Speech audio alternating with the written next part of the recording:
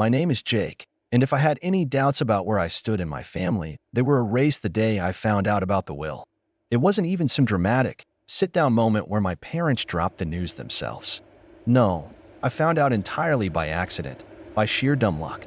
It happened a few months ago when I was at their house, the same house I had been helping them pay for over the past 5 years.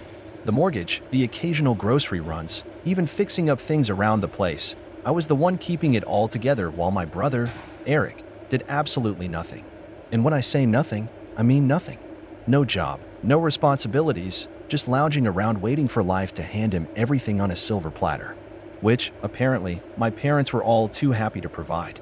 That day, I was helping my dad with some paperwork because, as usual, neither of them could be bothered to figure out how to do things themselves.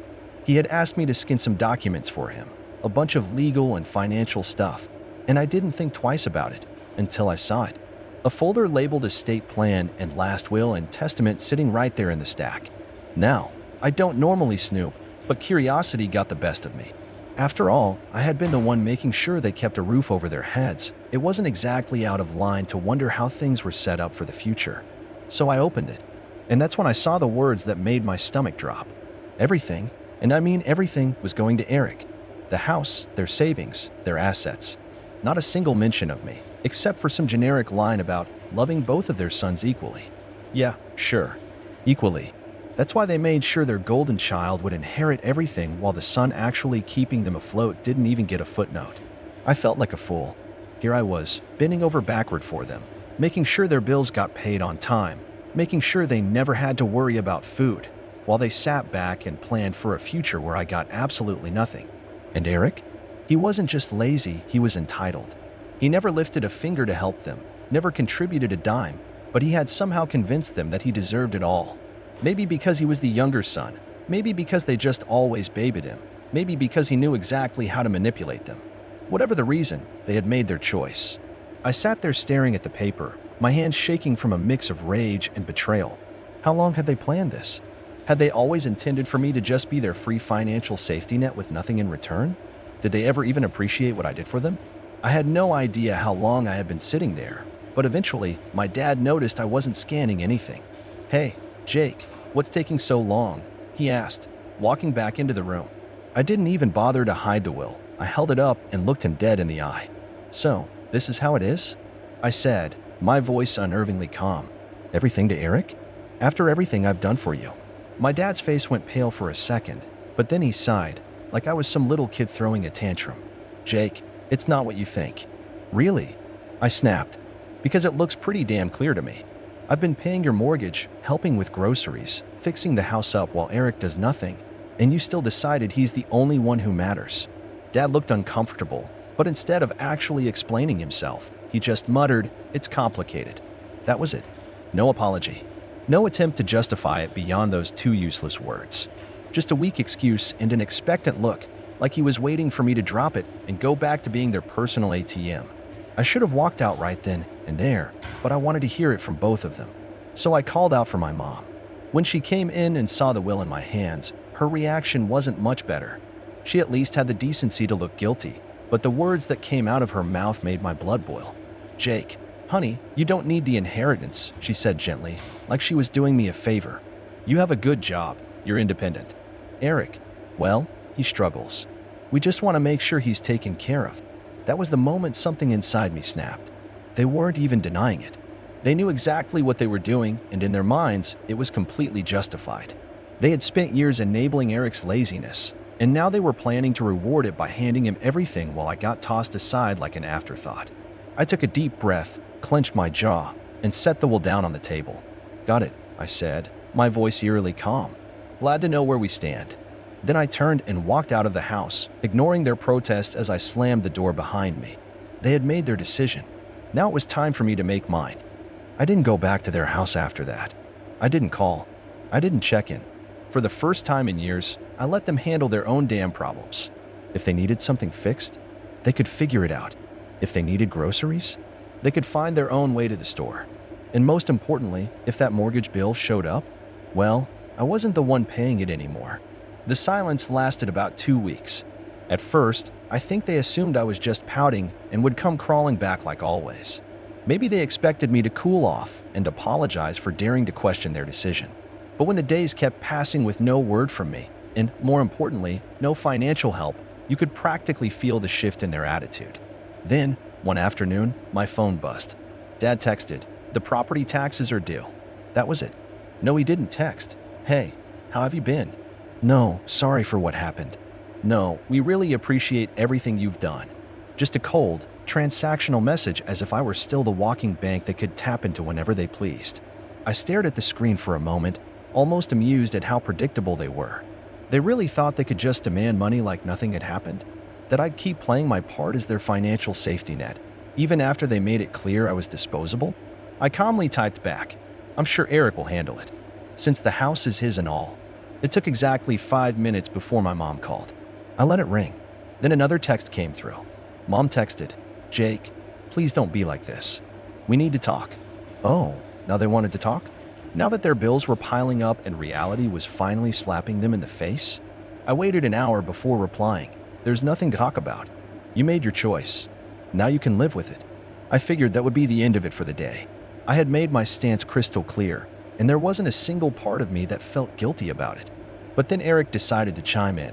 His text came in late that evening, and the second I saw his name pop up on my phone, I knew it was going to be something obnoxious. Sure enough, when I opened it, I was greeted with pure entitlement.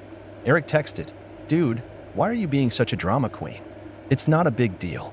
Just help them out like you always do." I nearly laughed. Not a big deal? He was really acting like I had no right to be mad about this. I typed back, "Nah, I think you've got it covered, since you're the favorite and all." Eric texted, "Oh my God, are you seriously mad about the will? Grow up, man. It's just money." Oh, now it was just money. Now that it was his to inherit, it suddenly didn't matter? The hypocrisy was astounding. I shot back, "Then you won't mind using some of that money to pay for the mortgage, right?" Silence. A few minutes later, my mom texted me again, this time going full guilt trip mode. Mom texted, "Jake, we're your parents. Family takes care of each other. We did so much for you growing up, and now you're just abandoning us?"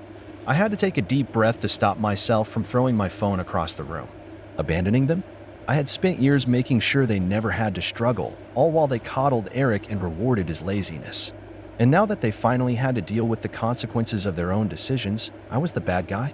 I wasn't falling for it. Not this time. I responded, "You made it clear I wasn't part of the family when you left me out of the will. Now Eric can take care of you." I could imagine my mom gasping dramatically at that. She always had a flair for acting like the victim, even when she was the one in the wrong. A few minutes later, my dad sent another text, and this one had me seething. Dad texted, "We're not asking for much. Just enough to cover the mortgage for a few more months until we figure things out. Don't be selfish." Selfish. The word made my blood boil. I had been bailing them out for years, sacrificing my own money, time, and energy to make their lives easier. I had done everything a good son was supposed to do. And how did they repay me? By making sure I got nothing in return. And now, when I was finally standing up for myself, I was the selfish one? I clenched my jaw, took a deep breath, and typed back, "No, I'm done." Then I turned off my phone. They had made their choice. Now they were going to live with it. The silence lasted a day. I knew my parents wouldn't give up that easily, but I wasn't expecting what happened next. The next morning, I woke up to a notification on my phone, a bank transfer request. I frowned, unlocking my phone to check. It was from my mom. She had actually sent me a request for money, like I was some ATM. The amount? $3,500. I stared at it in disbelief, half laughing at the audacity. No message. No explanation. Just a cold, shameless demand for the exact amount they needed to cover their overdue mortgage. They weren't even asking anymore. They were just assuming I'd cave. I declined it without hesitation. Not even 5 minutes later, my phone rang. It was Mom. I let it ring. Then came another text. Mom texted, "Jake, I know you saw the request. Why did you decline it?" I took my time before replying, because it's not my responsibility. Try Eric. Another call. Declined. Then another text. Mom texted, "We're going to lose the house if you don't help us." Oh, now it was an emergency? After all those years of treating me like a walking wallet, now they were finally facing the consequences? I typed back, "Maybe you should have thought about that before deciding I didn't matter." A few seconds later, Dad chimed in. "Dad, You're really gonna let your parents become homeless? Wow, that one actually made me laugh out loud. The manipulation was so blatant it was almost funny. They weren't broke. They weren't about to be thrown on the streets. They just didn't want to dip into their own savings because they were so used to me covering everything. I ignored them for the rest of the day. That night, I got a text from Eric. Dude, just send them the money already. You're making this a bigger deal than it is. I clenched my jaw. This entitled little prick really thought he could lecture me? I typed back, you mean the same money you're inheriting? Why don't you send it? His response came fast. Eric texted, you know I don't have that kind of cash right now. Oh, so now it was about affordability? He was perfectly fine with me draining my accounts, but the second it was his turn, suddenly he had nothing to offer. I replied, guess you better figure it out then, bro. You're the one they chose. No response. I went to bed feeling oddly at peace, like I had finally broken free from years of manipulation. But the next day, things escalated. I was at work when I got a call from my apartment's front desk. Hey, Jake, your parents are here? I nearly dropped my phone. What? She hesitated before adding, they're saying it's an emergency and that you won't answer their calls. Oh, my God. They showed up at my apartment just because I stopped paying their bills? I took a deep breath, pinching the bridge of my nose. Please don't let them up. I'm not expecting them. There was an awkward pause. They're being kind of pushy. I clenched my jaw. I don't care. They can leave. I hung up and immediately got a text from Mom. We're downstairs. Open the door. No question. No explanation. Just another demand. I didn't reply. Another text from Mom. Jake, we're not leaving until you talk to us. I exhaled sharply, standing up from my desk. They weren't going to back down. Fine. I was about to teach them a lesson they wouldn't forget. I grabbed my keys and stormed downstairs, my blood boiling. I wasn't scared. I was furious. The sheer audacity of these people to show up at my home, uninvited, demanding money like I was their personal ATM. Not even a phone call first. Not even a half-hearted apology. Just a full-on ambush. They really thought they could just corner me into submission like I was some naive kid. I yanked the door open, and there they were, Mom, Dad, and, of course, Eric, all standing in a tight little formation like they were about to stage a family intervention. Mom had her arms crossed. Her classic disappointed mother look locked and loaded. Dad was standing stiff, hands in his pockets, his expression a mix of frustration and entitlement, like he couldn't believe I was actually making him do this in person. And Eric? The little leech had the nerve to look bored. Like this whole situation was just mildly inconvenient for him. Like he wasn't the reason any of this was happening. The moment Mom saw me, she went full theatrics. Jake, finally, we need to talk. I leaned against the doorframe, arms crossed. No, you need to leave. She blinked, as if she physically couldn't comprehend what I just said. Excuse me. You heard me. My voice was calm, controlled, but firm. You don't get to just show up at my apartment demanding money. That's insane. Dad let out a sharp scoff. Are you really going to let us lose the house over a petty grudge? I let out a cold laugh. Petty grudge? Oh, you mean the one where you decided I was good enough to pay your bills but not good enough to be in your will? That grudge. Mom gasped, clutching her chest like I had just slapped her. Jake, that's not fair. We only did what we thought was best for the family. I tilted my head. Best for the family? You mean best for Eric. Just say it. Silence. A long, heavy silence. Eric, who had been weirdly quiet up until now, finally spoke up. Look, man, I don't even want to be involved in this. I didn't ask for anything. I turned to him, finally letting loose. No, you just sit back and take everything that's handed to you. You're 28 years old, Eric. Get a damn job. His face turned red. Dude, what the hell? I took a step closer. You heard me. You want to inherit the house? Start acting like a homeowner. You want to be the golden child? Start paying their damn bills. I'm done being your personal bank. Eric looked away, suddenly very interested in the pavement. Mom took a deep breath, recalibrating her guilt trip. Jake, he's your brother. I nodded. Yep, and I've supported him longer than you ever have. Dad's face darkened. You're being selfish. I laughed. A real, genuine laugh. Oh, that's rich coming from you. I gestured between them. You two decided that Eric deserved everything, and I deserved nothing. And now that it's time to pay the price for that choice, you're trying to manipulate me into fixing it for you. Not happening. Mom's voice sharpened. We thought you'd be mature about this. I raised an eyebrow. Mature? You mean Quietly accept that I was betrayed and keep paying your bills? Because let's be real, that's what you wanted. Dad stepped forward, trying to loom over me like he used to when I was a kid. Jake, we raised you. We fed you, clothed you, gave you everything. The least you can do is help us now. I looked him dead in the eye. I already did. For years. And you repaid me by cutting me out. Mom's lip trembled. We thought you'd understand. I exhaled, shaking my head. Oh, I understand perfectly. I understand that I was never family to you, just a paycheck. Silence again. A suffocating, undeniable silence. I turned to Eric, who was still pretending to be invisible. And you? What's your excuse? You had years to grow up, to get your life together, to contribute. But you didn't. Because you knew they'd take care of you. And when they're gone, you just expected me to step in, huh? Eric finally snapped. What do you want me to say, man? I didn't ask for this. I nodded slowly. Right. You didn't ask. You just benefited. His mouth opened, then closed. Nothing. He had nothing. Mom tried one last guilt trip. Jake, we're family. Family takes care of each other. I stared at her for a long moment before answering exactly. So why didn't you take care of me? She froze. No words. No comeback. Nothing. I let out a slow breath, feeling lighter than I had in years. We're done here. I turned and walked back inside, closing the door behind me. Before I even made it back to my couch, my phone buzzed. A new text from Dad. Wow. After everything we've done for you? You're really gonna abandon us? I smirked, typing back. No. You abandoned me. I'm just finally accepting it. I hit send. Then I blocked their numbers. But I had no idea that blocking them was only going to make things worse. It didn't take long for things to spiral out of control. Less than a day after I blocked them, I started seeing posts on Facebook. My parents had never been the most tech-savvy, but they sure knew how to air their grievances online, especially when they were feeling self-righteous. At first, I thought it was just my parents being dramatic.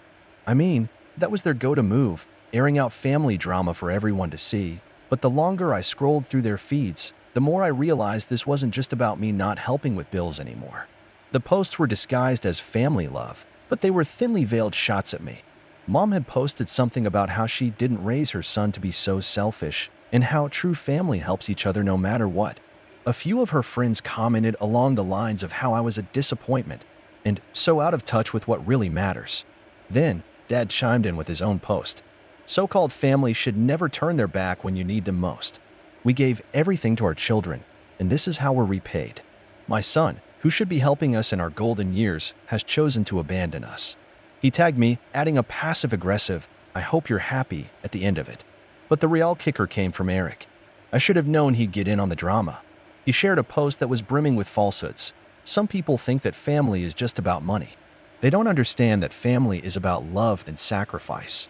I'd do anything for my parents, but some people just don't get that. They're too wrapped up in themselves to realize that true love is about helping those who raised you.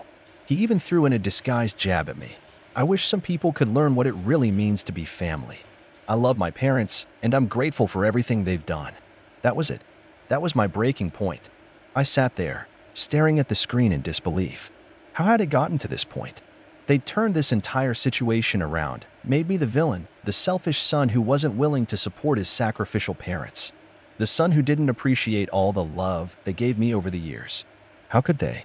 I had always been the one who worked hard, the one who contributed, the one who never complained. I had to swallow the fact that, somehow, they had convinced themselves they were in the right, and now they were telling everyone that I was the problem. I didn't want to react immediately. I took a step back, collected my thoughts, and waited for a few hours. I wanted to make sure I didn't just rush into something out of anger, but the more I thought about it, the more I realized that I couldn't let them get away with this. If they were going to drag my name through the mud, I was going to set the record straight. So I pulled out my phone, and I started typing. I opened my own Facebook account, the one I kept for close friends and real family, and I posted a lengthy update. I wasn't interested in playing their game. I didn't want to get bogged down in petty back and forths. What I wanted to do was tell the truth. Here's what I wrote. I know I've been quiet for the past couple of days, but I can't stay quiet any longer. My family has been sharing a lot of things online about me that are simply not true. They've portrayed me as the villain, the selfish one who refuses to help my parents in their time of need. I'm here to set the record straight. I've always helped my family. From the moment I could get a job, I've been the one helping with bills, paying for groceries, and supporting them in every way I could. But there comes a point where you can't keep giving without being respected. Over the years, I've watched my parents favor Eric, giving him everything: the house, the money, the attention. Meanwhile, I was expected to just keep giving, without ever being considered as equal. I'm sure some of you might be reading this and thinking, well, that's just how family works. But here's the truth: family should be a two-way street. When I found out that my parents left everything to Eric in their will, I realized how one-sided this entire relationship had been. They didn't even consider me, not even for a moment. They've made it clear that I'm just the one they can count on when things get rough, but never the one they actually want around unless it's convenient for them. For years, I've been the one funding their lifestyle. I've paid for vacations, chipped in for bills, and even helped out with things like the house taxes. And for what? To be treated like a backup plan? I'm done. I'm not just some wallet they can pull money from whenever they need it. I'm a human being, and I deserve respect. I've earned the right to be treated like I matter, not just when they need something from me. As for Eric, it's time for him to grow up. He's 28 years old, and he's never worked a day in his life. He's never taken responsibility for anything. My parents have enabled him for so long that it's no surprise he's the one they favor. But here's the thing: he's had plenty of time to get his life together. And now, it's time for him to stand on his own 2 feet. To everyone who has been following this drama and supporting my parents, you need to understand that there's always 2 sides to every story. Yes, family is important, but it's also about mutual respect. I've given enough for a lifetime, and I'm not apologizing for taking a step back. This is not me turning my back on family. This is me finally choosing myself. And to my parents, I wish you the best, but I am done being your doormat. I hit post, and instantly, I felt a sense of relief. For the first time in my life, I was telling the world the truth about my family, about how they had taken advantage of me for years, how they had always expected me to be the one to save them, without ever once thinking about what I needed. I wasn't going to let their narrative control my life anymore. The reactions were instant. Some people, who I hadn't talked to in years, came forward to express their support. A few of my cousins, friends of my parents, even some distant relatives liked the post, sending me private messages telling me they were sorry for what I had been through. It felt so freeing to finally have the truth out there, not buried under guilt trips and manipulative behavior. But then came the backlash. My parents and Eric went ballistic. Eric messaged me, "You're a traitor. You really had to air all our business out like this? You have no respect for family." Dad called me, practically yelling into the phone, "You've ruined everything, Jake. You'll regret this. You'll regret cutting us off. You'll regret turning your back on your own family." But I didn't regret it. Not for a second. I blocked them all. I was done. And for the first time in my life, I was free. Free from the toxic grip they'd had on me for so long. As the days passed, I could feel the weight lifting off my shoulders. I was done with being treated as less than. I was done with being the one who was always expected to fix everyone else's problems. And now, I finally had the freedom to live my own life on my terms. So, no, I don't feel bad for cutting them off. I deserved better. I still do. And from now on, I'm choosing to surround myself with people who appreciate me for who I am, not for what I can give them. It's time for me to move forward, for good. And I will. Let me know your thoughts in the comments below.